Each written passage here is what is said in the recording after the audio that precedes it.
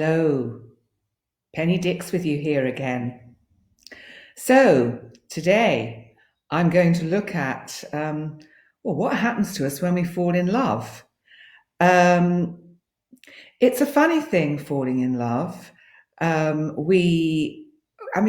are relationships so painful? And why do so many of them not last and not move into the state of a really good, loving, enduring relationship? So that's what I'm going to have a look at today and see if I can shed some light on why relationships are so challenging. So here we go. Okay, we have to look back to the roots, because if we look back in mythology, which are the basic kind of stories of our Western civilization and how we have developed our own inner being and psyches, is the area that can give us the clues, if you like, as to how we can have fulfilling relationships. And today I'm going to be using the story of Psyche and Eros. Now, if you don't know this story, I'll explain it to you in a minute. But I think first, before I start, I want to just talk a little bit about soulmates and twin flames, because this is a subject that has come up a lot in the last few years, really, because when I was younger, it was not really the term or the terminology twin flames, as far as I know, didn't exist.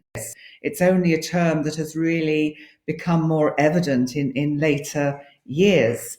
Soulmates, yes, I would say that I felt I had certain connections in my life that were soulmates. The problem is with our Western myth is that we're brought up with this idea of the one and only that we live with, that we meet, that we fall in love and live happily ever after with for the rest of our lives. Now, the reality is that I'm not sure what percentage actually achieve that, but I suspect it's not a very big percentage. So why is that?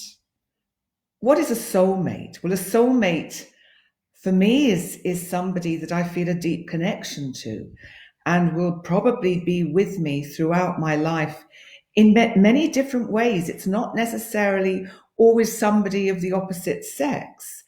It can be somebody of the same sex. It can be a parent. It could be a sibling. It could even be a child. So there are many ways one can look at what a soulmate is really about. So let's come back to this question that I get asked so many times, which is, why are relationships so painful and why don't they last? Well, the Western myth that really explains this best for people is the story of Psyche and Eros. Now, Psyche, she was a very beautiful, beautiful, beautiful young woman who was the daughter of a king of a mythological land, of his kingdom. And she was so beautiful that people revered her and would come and just want to gaze at her from miles around because she was so beautiful. So her father didn't know what to do about this. Psyche had two sisters. And by the way, Psyche, interestingly, means soul. So it is our soul.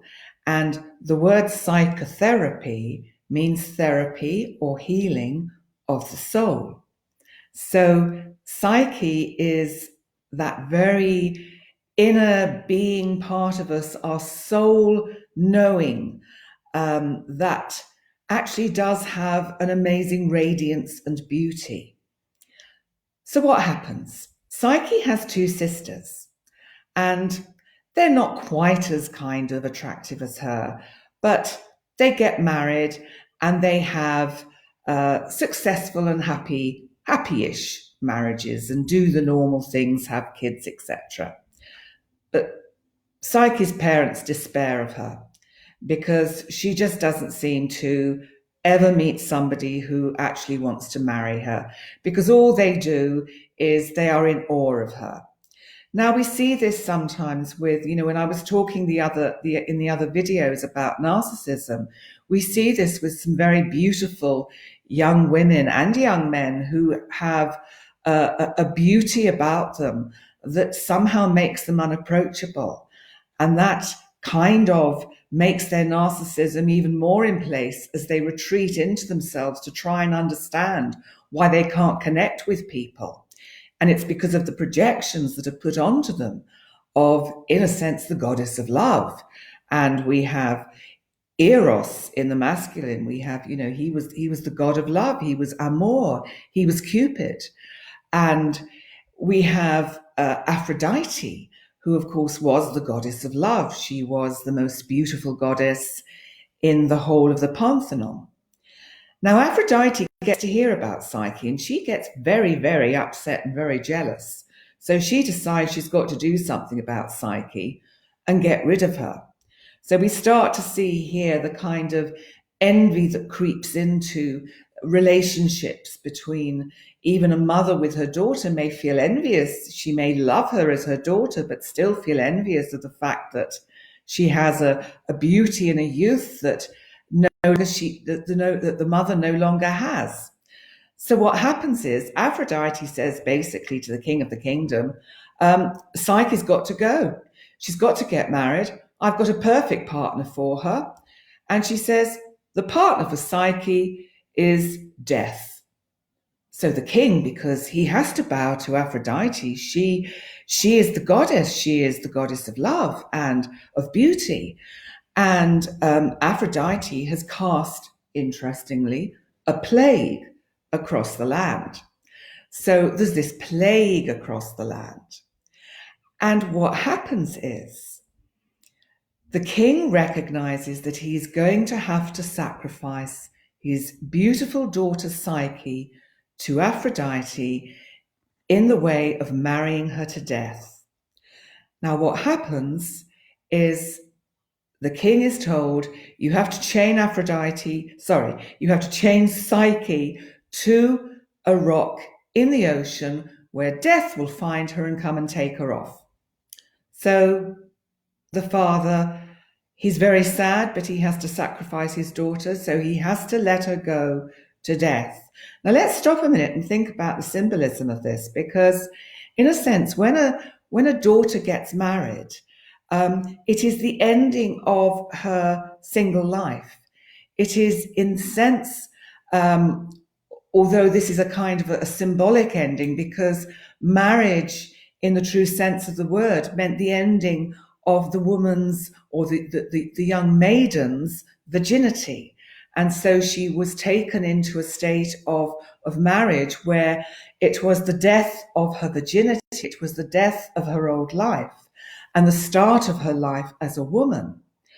So, of course, there is something very symbolic about the fact that Aphrodite has ordered that Psyche must be married to death. So Aphrodite, of course, has got to carry out this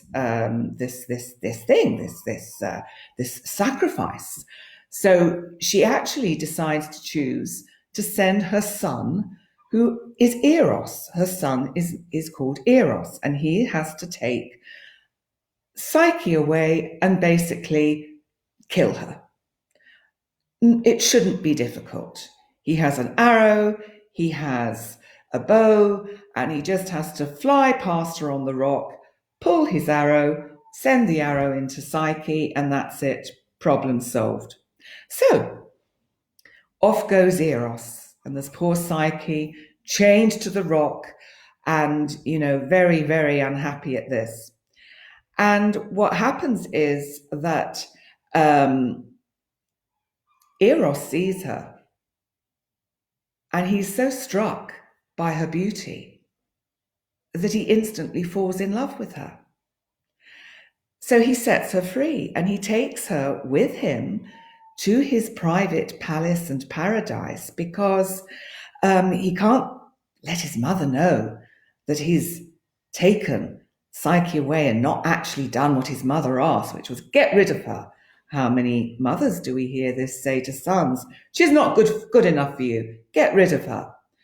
So here they are, Psyche and Eros in his beautiful palace, in his beautiful paradise. And for a while, they live very happily. But it's on one condition, and this is a very important part of the story. And this is a very important part of the difference between masculine and feminine psychology, because Eros basically says to Psyche, you can live here in my paradise. I will treat you as a queen, but there is one thing you must promise me that you will never do. And so Psyche says, yes, what do I have to do? Because it's wonderful here and I want to be here with you. And he says, you must never look at my face. What he means by this is you must never seek to truly know me. Now, here we have a very important part of this whole story, because the whole point of what happens when we are in this in love state is that we don't truly see who the other is. It's as if we have walked into this state of in love and we kind of look through the other person. We see the image of the God that we project onto them. We see the image of the goddess that we project onto the woman. And Psyche is so divinely happy to be with Eros that she's happy to do that. She is happy to live with him without knowing him. Now, many of us go through this state in love, which is the part that we really call the in love part, where we don't really know the other person. We never argue. We just do everything that the other one loves doing. We talk sweet nothings to each other, and it is a kind of state of bliss. It is a kind of state of paradise. But the fact is, for true relationship to develop, we have to truly know each other. We have to see through the mask that has been put up by this state of being in love. So what happens? So here's Psyche and Eros living, as it would seem, very happily together in paradise. Well, one day, her sisters come to visit. And her sisters have got to hear that actually Psyche's marriage to Death seems to have turned out really rather good. And they seem to be very happy. So the sisters think, I think we better check this out. I think we better go and see what's actually going on here. So they pay Psyche a visit and she welcomes them. She's so pleased to see her sisters. She's so excited. And in Psyche's mind, she has invited them in and they're sitting on beautiful silk couches. And Psyche is sitting on a beautiful silk throne. And there's a beautiful kind of like marble table laid out with teas and beautiful cakes as she entertains her sisters. But the sisters, they're looking around and they're thinking, what is it with Psyche? And they say to her, Psyche, this isn't a palace. This is just a rather kind of dark part of the forest. There's broken tree stumps. You've made me sit on a broken piece of tree. And the table is a rock covered in moss and slugs, and they don't see the paradise that Psyche is saying that she is living in. So Psyche insists, I don't understand why you can't see what I can see. And at the same time, they start asking her, well, who is this husband called Death? And they say, and Psyche says, well, his real name is Eros and he's the god of love. And he's just the most beautiful man that I've ever seen. And they go, well, how do you know that? Can you prove it to us? Have you really seen him? And Psyche says, well, I've not actually seen him close to because, well, he stays out of sight and he stays in the dark. And so they go, don't you think that's rather strange, Psyche, that you're never allowed to see who your husband truly is, who Eros is, who we've been told is Death?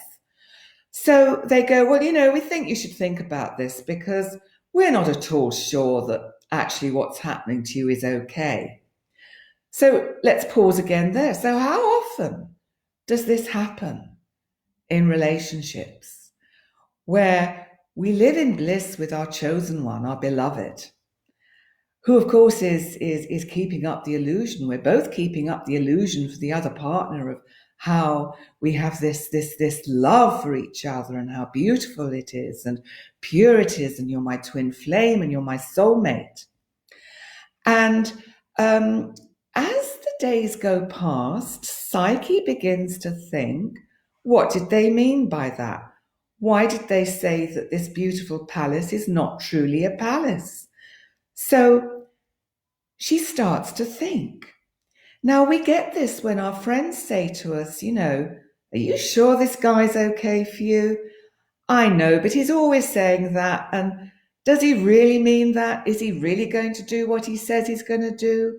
We're so used to this in relationships where we start to doubt the other and we really start to wonder, is it okay, this relationship? Does he truly love me? So Psyche does begin to wonder about her partner, her lovely, lovely man, Eros. And so she thinks, well, he's told me I must never look at his face. I must never see who he truly is. But would that be so terrible? So what Psyche does that night when they go to bed, and he never he never lets her see him. So it's dark, and she sees him lying on this beautiful bed, sleeping, just the shadow of him, because she can't see him. So she thinks, well, surely just one little peek won't hurt. Just one little tiny, tiny look. And then I'll know that my sisters were wrong and that Eros really, really is a beautiful, beautiful person and a lovely man and my true love. So she picks up the candle that is sitting next to the bed and she lights it. And she holds the candle over his chest to gaze on his face, to see who he truly is. And she gasps in amazement, because he truly is a very, very handsome and beautiful soul. In that same moment, as she holds the candle up, the wax, hot wax, drops down and lands on his chest. It burns him and wakes him up. And seeing Psyche standing over him with the candle, he is absolutely raging with fury.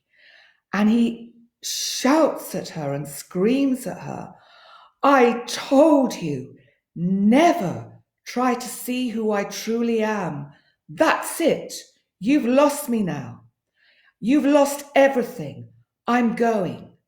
And he goes and he takes the palace and the paradise away and leaves her in the woods, in this dark, cold, horrible place, alone and crying.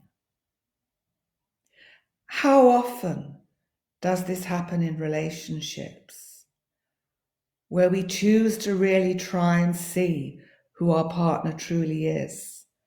And when we do, they run off and hide metaphorically, and it leaves us in a very cold, lonely place. Now, to find out how we get to the next stage of moving beyond falling in love and the projections, which is what I've been talking about, dropping away, which is literally the hot wax falling on the chest of Eros. To find out what happens next, you're going to have to watch my next video, because there's too much on this subject, as I'm sure you fully appreciate, to cover in just one short video. So the next one I do which will be on Wednesday morning at 10 o'clock Central European time, will be what happens next. What happens to Psyche now she has lost her Eros? So there we go, a story for Monday morning, something a bit different. So thank you for joining me. And if you're watching this at another time, thank you so much for watching. And I'll appreciate any constructive comments that you can give me and anything you would perhaps like answered that I might be able to cover in the next video. So till then, thank you so much for joining me, and I'll be back soon. Thank you. Bye.